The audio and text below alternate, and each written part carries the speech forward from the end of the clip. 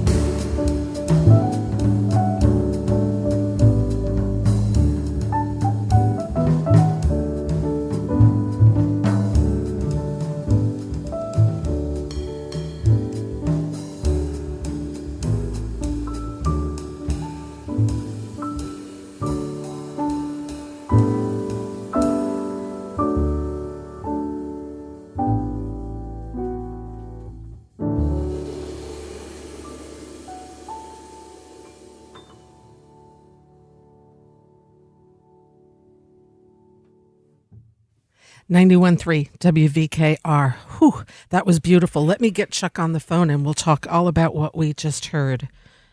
Chuck? Hi. Hi. Ah, good. Hi. Always a good Hi. sign. Always a good sign. Yeah. So, Chuck, Okay. I'd like to do a brief introduction, if I may, to the listeners here.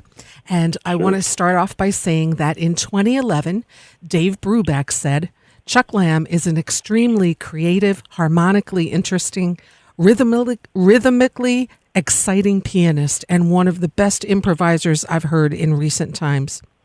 Pianist, composer, educator, and producer Chuck Lamb is part of the Brubeck Brothers Quartet and also played with the legendary Dave Brubeck. He's performed at numerous renowned venues and festivals around the world, including Lincoln Center, the Newport Jazz Festival, Montreal Jazz Festival, Blue Note in Tokyo, Tchaikovsky Hall in Russia with the Russian International Orchestra, just to name a few.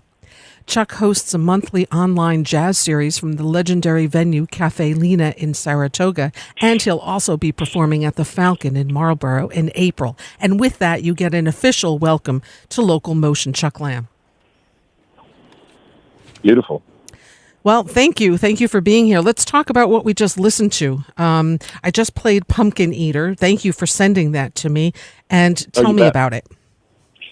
So Pumpkin Eater, well, right out of the gate, my brother Pete passed and COVID-related symptoms, and it was just one of the biggest heartbreaks in my life to date. And but I composed a lot of material for Pete. He's just an incredibly beautiful guy, and that piece was one of them, and had the absolute pleasure of playing with one of my closest friends, Harvey Sorgan, on drums, and a very old friend, Jay Anderson, on the bass. And we've been talking, about doing a project together the last time we got in the studio, we looked at each other and realized the last time we were together was at Dreamland in Woodstock, outside of Woodstock, in, I think it was like 1981 or some such. Yeah. Wow. Somewhere in that spectrum. But it's Jay's incredible. Harvey's a beautiful player, and we just had a blast. We just went in and played, and you never know. You get in the studio, you don't know what's going to happen, and we just had a batch of tunes and some free stuff, and it's just And that's what you came up with. I want to give you a heartfelt condolence for the loss of your brother. Thank you. I appreciate that very deeply. It's an everyday thing. It's an everyday wake up and remembrance. But thank you for that. Yep. Just he inspired a lot of music out of me, and will continue to do so forever. So thank you for that. Yeah, I appreciate it very much. Of course. You also have a CD, which I somehow had my hands on, that was released in 2016 by you, North by Northeast, and I also played Peapod in Paradise. Now, come on. I mean, that's a great name. How'd you come up with that? Well, it has to do with this particular woman that I'm in love with right now, and forever. I don't mean right now. I mean right now and forever. Rita Curley, who's a really incredible songwriter and musician, and just my best friend. And the title came from, we're the two peas in a pod concept. And and a lot of that, as far as the music itself, it's very that particular piece is very influenced by Chick, who just is just a horrible loss there, and I kind of was encouraging that particular piece. This was recorded in Boulder.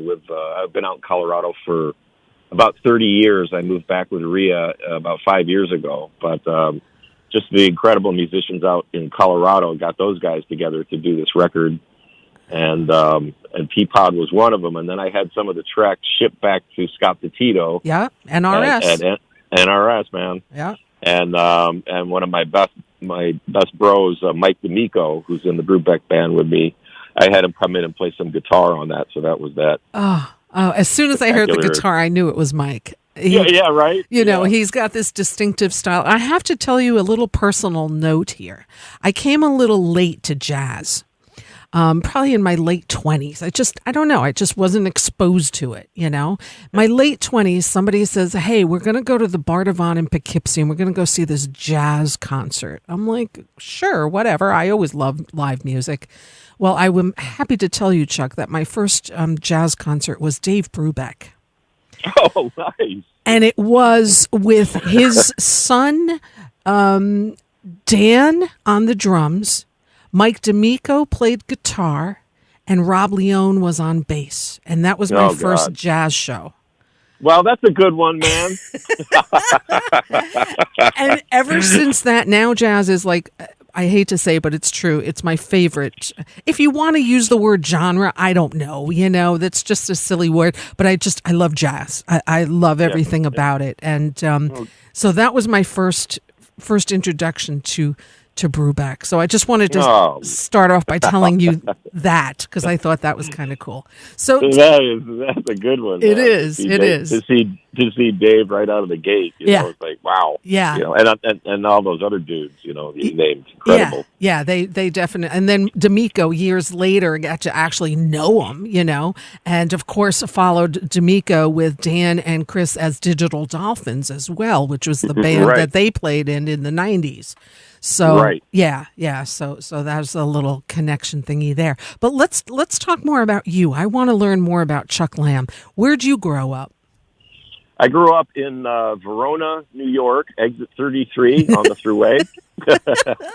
And it's just a beautiful upbringing. I grew up as kind of a Huck Finn, Tom Sawyer kind of exploring in the woods and camping and good stuff. And stuff. And so that was the beginning. And then I started. My parents were very supportive in the music thing, in the sense of they saw some gift going on with you, with me and my older brothers as well. But my parents bought me a drum set, a Red Sparkle Kent drum set from Montgomery Ward's when I was 10, and that pretty much sealed the deal. So I was a drummer for a bunch of years, playing in upstate New York, and with my two older brothers. And did you play music in school too? I was in a band, peripheral as far as school goes, but I several different groups. I was with a group called the Breakthrough, and I think I was 13 or 14, and we won the New York State Fair. Oh wow! As my career peaked. For a teenager, that's pretty impressive. No, it was really cool. It was, and it was a blast, and we were doing a lot of kind of like Cream and some Led Zeppelin and Allman Brothers and that kind of vibe. Did you take drum lessons, or did you just kind of learn on your own? No, it was all self-taught stuff with all of us. We just went for it and had a blast playing together. And then when I was about 15, one of my older brothers, who's a guitar player, he was at Columbia University. He came home one time to upstate with a really great jazz drummer named John Margolis, who was later on in the group Dry Jack that I had. The jazz fusion band. And it was like, well, John plays drums, so why don't you play piano? So okay, and you'd never played before. I had, just banged around a little bit, but now we needed a piano player, and that's kind of how that started. And you took lessons at piano, or you did that on your own too? That was, at first it was all self-taught stuff and picking things off records and doing it that way. And then, I think probably a big turning point for me as far as a pianist was hearing Chick's group, Return to Forever, at some college, Hamilton College in upstate New York, and, hearing what he was doing and the energy and just this, beautiful conceptual music, and that was my launch into piano playing. And wow. So you must have, like, obviously a hell of an ear if you're not being taught this and given sheet music and all of this. I mean, when you started the piano, what kind of music were you playing? Like rock or pop or? Yeah, we were kind of rock. The a bit of the Allman Brothers, but when I was playing piano, we started an original kind of rock funk sort of funk group called the Bompa Brothers, and so we were right into original music. I was writing a lot of stuff for that, and it was just kind of seat of the pants, man.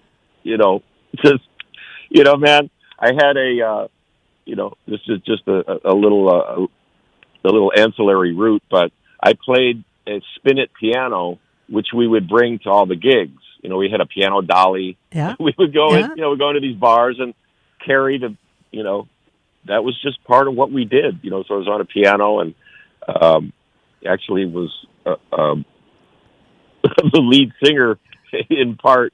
Believe it or not, I still can't believe that one. But wow. Luckily we don't have any tapes of that thing. But it was all just all this connective thing with the whole trajectory of playing music. It's just what we did. There was no thought behind it, and figuring stuff out, and started trying to pick stuff up from Chick, listening to recordings. And because this was before YouTube, right? I mean, obviously, right? We're talking before internet and all of that. Oh, yeah, this was in like 1910, 1912, something.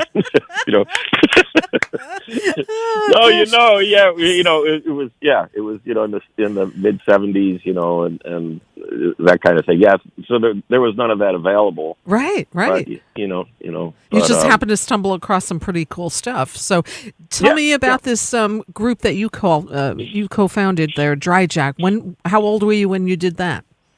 I was about 21, and I was living in Kansas City at the time, and my brother Rich was the bass player, and this guy John Margolis, who I mentioned earlier, was the drummer, and a really incredible guitarist named Rod Fleeman, jazz guitarist who's still very active on the scene, one of my best buds out there. We just put this group together, made a demo tape, like a cassette tape, and we sent it into Inner City Records in New York. Yeah. And they said, "Hey, let's make some records," and we did two albums, Magical Elements and Whale City. Both did very, very well, and we toured a lot with that group. And you shared the stage with Ray Charles? Yeah, Ray opened up for us, Oh, man, I tell you, Dry Jack opened up for Ray, and that was like, damn. Hanging out with Ray and talking to him at that age, all of these things, and hearing him play, to hear, on the side of the stage, listening to somebody like that. Yeah. Like the influences just kept coming, it was just an amazing time. Wow, yeah. And you opened up too for Pat Metheny? Yeah, some Pat stuff, and that relationship was great. Got to be friends with those guys, with Lyle Mays, who are tremendously well-respected pianist for me. Just, amazing guy, that whole group. Right. Yeah, so, each opportunity was like the advancement in my playing. Each event was stepping stones. Yeah. So amazing. What'd you do after Dry Jack? Dry Jack. I kept that particular group broke up, and then I formed another group with got Mike D'Amico and Charlie Nicely on bass. Yeah. And Harvey Sorgan played drums in that band. He's been on here. Yeah, good. And Scott Petito was part of that group. And what would you call yourselves? Well, we started out trying to hang on to the Dry Jack name, but it was kind of moving in some other musical directions, a little more maybe not so tightly fusioned, a little more expansive and improvisational. Mm-hmm. And just called it the Chuck Lamb Group for want of a better name. But hey, let's resurrect that. That's pretty damn good. yeah, it was fun. Yeah. We did do a reunion with a Dry Jack band, I don't know, about 5 years ago. It was so much fun, Wow. So. Yeah. And you said you were out in Colorado. I understand you ran a jazz club out in Vail. I did. I was at it was a club called Louis, and it started in 1990, and I played there basically 7 nights a week, for from Thanksgiving to Easter. Wow. And I had a month off, and then I did the summer, the same kind of thing. I did that for 8 years. Wow. And would bring cats up from Denver that were touring through, and having that opportunity, and all of the great players that would come through and say, "Hey man, you want to come up in Vail and do a gig?" And of course they would. Yeah. And one of those cats was interesting. Was Ginger Baker. Whoa. Yeah. Tell me about this story. So Ginger, Ginger was living in Denver for a little while, and I just saw he was there, and I had this gig where I had the opportunity, and a little bit of financial reality to ask people like that to come up. And called him up. He said, "Yeah, sure, man, I'll come up and play." Oh my God. Yeah, and he, I remember when he first came up, Louis was a very, very small club, very small stage. And I met Ginger in the alleyway, to load in. And I pulled in and looked in the alleyway. It was all full of drum cases that said Cream on them. I'm there, okay.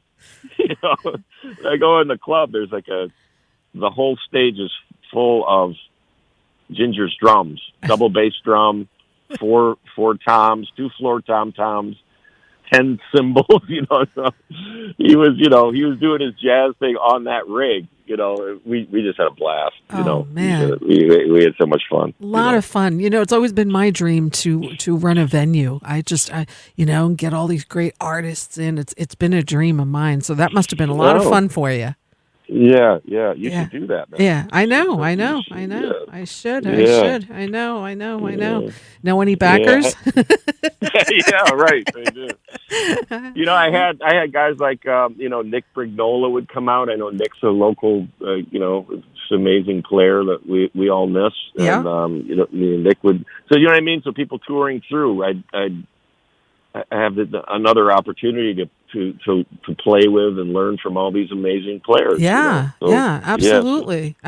Sure. Now you also have written. You do a lot of composing. You've written and commissioned music for film, TV, dance. How did all that happen? How did that come about? Those are just people. People would hear my music and. They'd relate to it and want to plug it into a project. There was in particular, just off the top of my head, there was this really excellent Buddhist filmmaker, and I was involved in some of that kind of vibe and still am. But he has done several films, and that was one of the projects. It just coming in and creating, either ambient kind of vibes or, particular kind of, if they're in New York City filming, just kind of copying that scene. But, the film thing, man, I would love to really explore that. Both Rita and I were just talking about wanting to get into that more. And, we're updating our recording rig at home to be inclusive and being able to compete in that market. So that's another little exciting tributary in all of it. Absolutely, yeah, some good stuff. That's great. Yeah, composing comes easy to you, Chuck, or do you always have something in your head that you want to get out and you're composing, or does it come in like bits and pieces?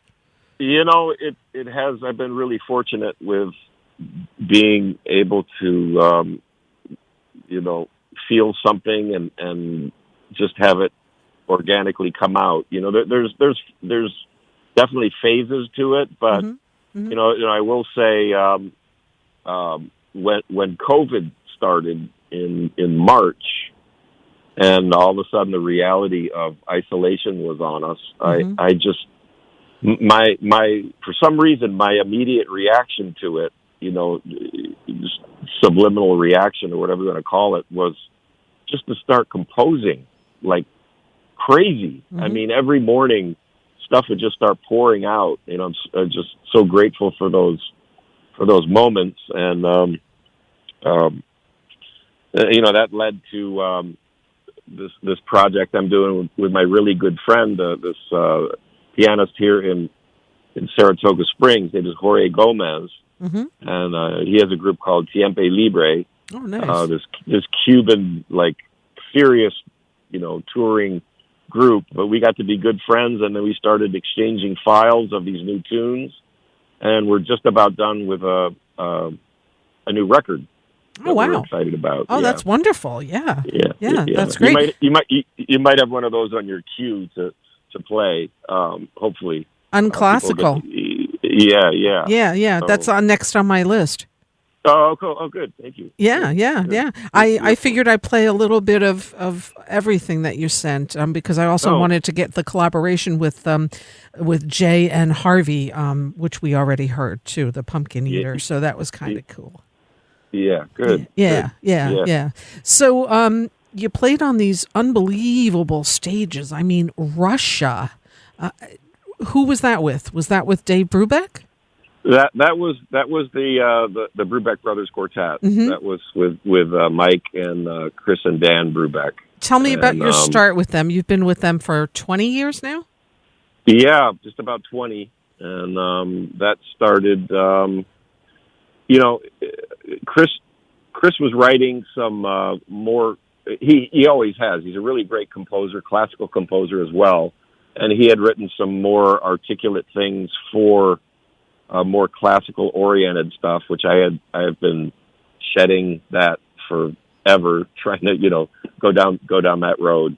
But enough where, I kind of fit in with that scheme of things. And, and Mike D'Amico obviously was a big part of when they made a piano chair switch that, I was kind of the first call guy, and that was that. Man, that band's a blast. They're great guys, and they're like Chris is like his dad in that you find a group of guys to play with, and that's your group. Yeah, it's not like pick up some guys that go to this city, which is all cool too, but there's something to be said for a band, which is a kind of a dying breed in a way. Just financially, it's hard to tour with a group. But that's one of the very, very cool things about the quartet is, we've played together so long, and we have the vocabulary is it just can be so spontaneous on stage while playing something that we played, like Take Five a million times. You get to the blowing section, and it's all up for grabs, and I think we all really, we're all really good friends, right? And that vibe is a big part of that. Yeah, that quartet. Wasn't this year or 2020 Dave Brubeck's 100th? Yes. Yeah. Yes, it was. Yeah, and so of course I know they were, I follow Brubeck Brothers on Facebook and stuff, and I know they were planning big celebrations all of 2020, which obviously had to be halted. Right. Yeah. So we had, it was, of all the years I've been playing, this was like the amount of gigs on the book I didn't even know how we were going to do it. How do you get from one city to the other when it's on the other side of the country? That kind of thing. It was right. The logistics of it. Sure. It was just phenomenal. And it's all gone, it vanished, in, just that split second of COVID. It's like, wow. Yeah. But we're regrouping and, starting to talk about, some concerts again, and, maybe in the summer, and, things are starting to people are starting to talk about wanting to do that. Yeah. And, Yeah. so yeah. we'll get back, Absolutely. we'll get back to it and honor Dave, for sure. Oh, absolutely. And even if it's at 101 or 102, anytime, any age, you can always honor David Brubeck. That's for sure. Right. It's like, That's well put. yeah, the supposed 100 obviously, didn't happen. But the places that you've traveled, with the Brubeck brothers, I mean, how was going to Moscow and playing in such an infamous hall? That was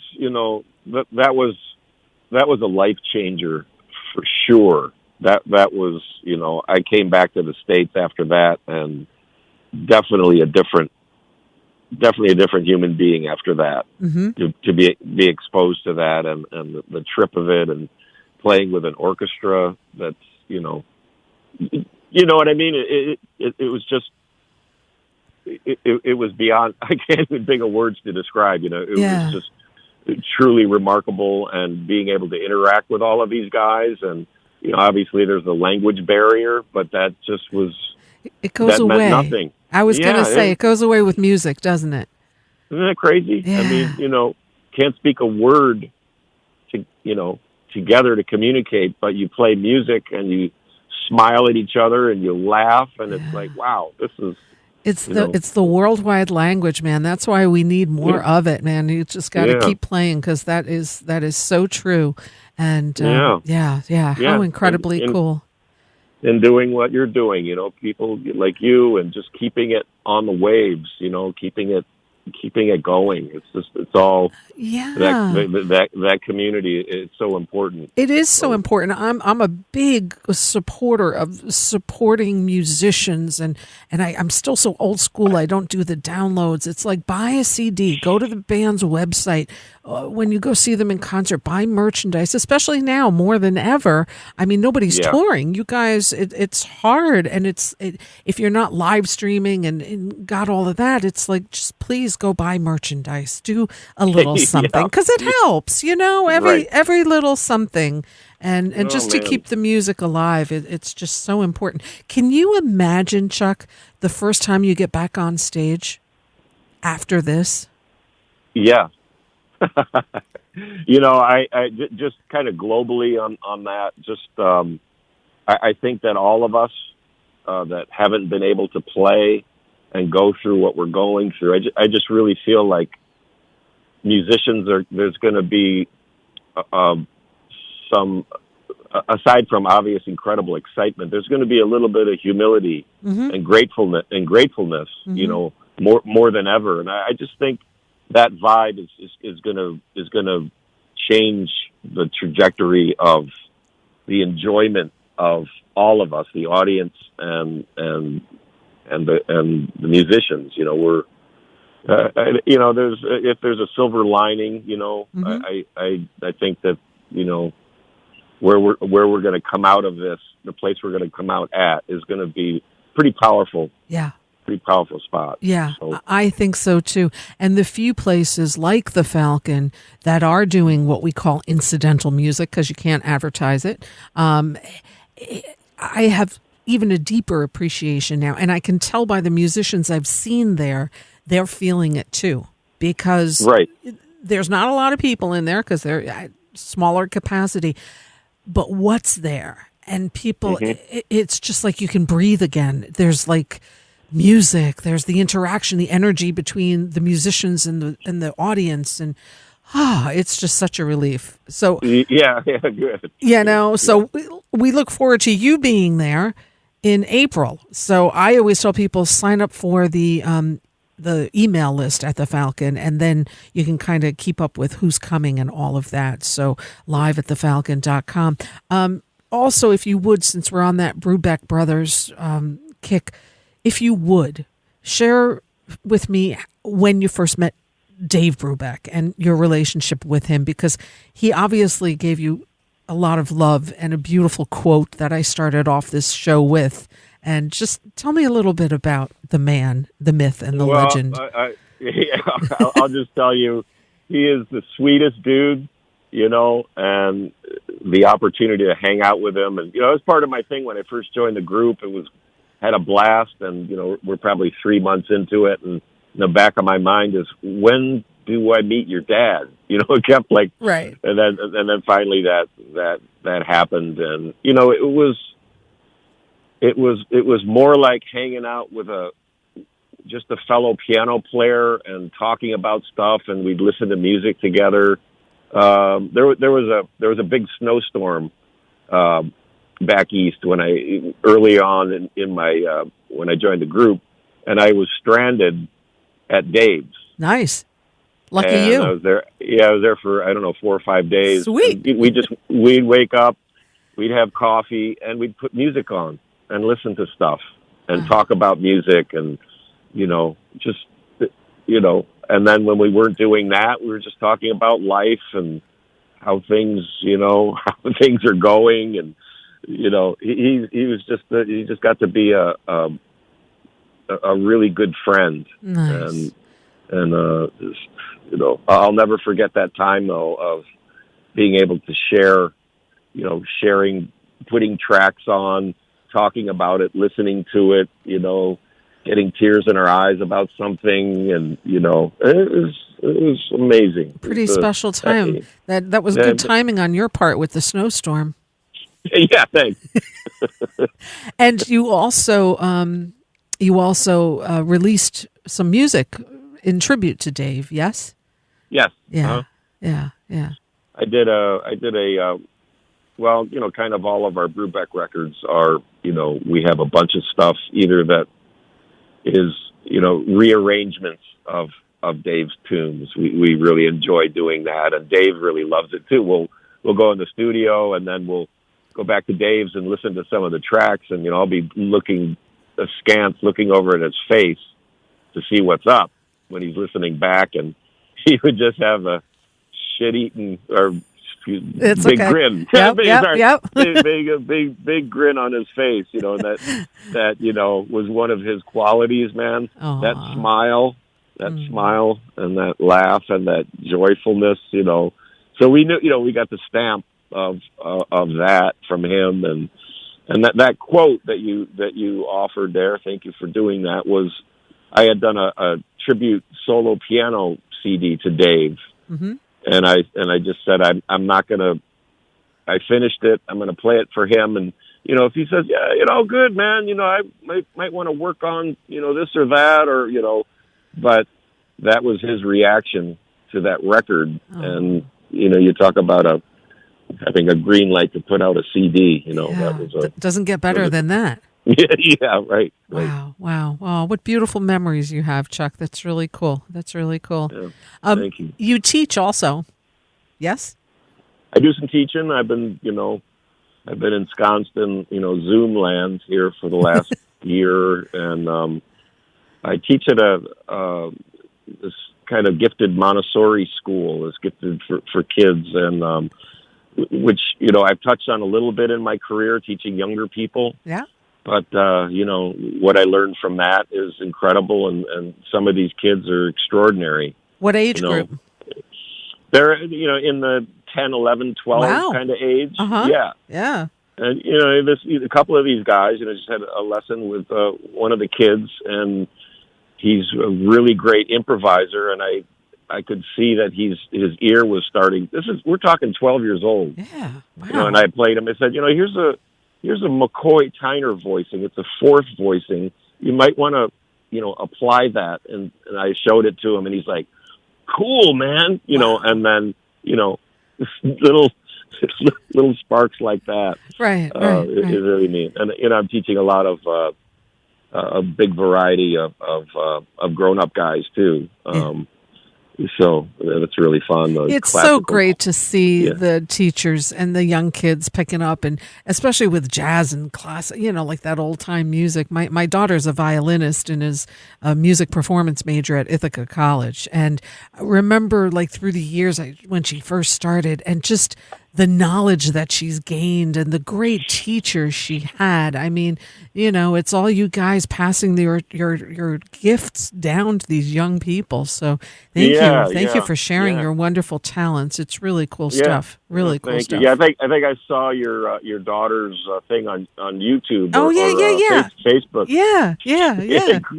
Incredible. Yeah. Congratulations. Thank you. Yeah, she's come a long way, and it's a lot of fun to watch. Yeah, very talented kid. Yeah, thank you. Now, you also do the legendary club Cafe Lena. Yes. Yeah, tell me about what you're doing there.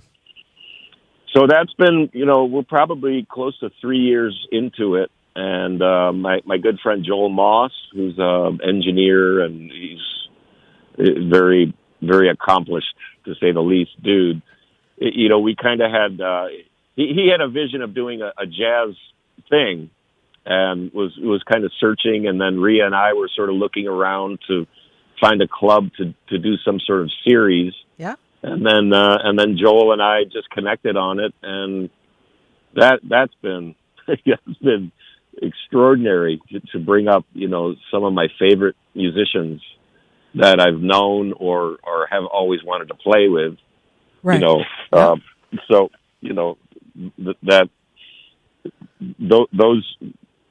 characters that, have come up, Vic Juris was up, and Joe Locke, incredible player, and just, Dave Stryker, and just to have these guys come up. And, what we do is, call them up, say, you guys want to do the gig? They say yes. And then the deal is you send me your music. I want to do, a bunch of your tunes. We'll do some of my tunes, but they'll send, MP3s and charts. Yeah.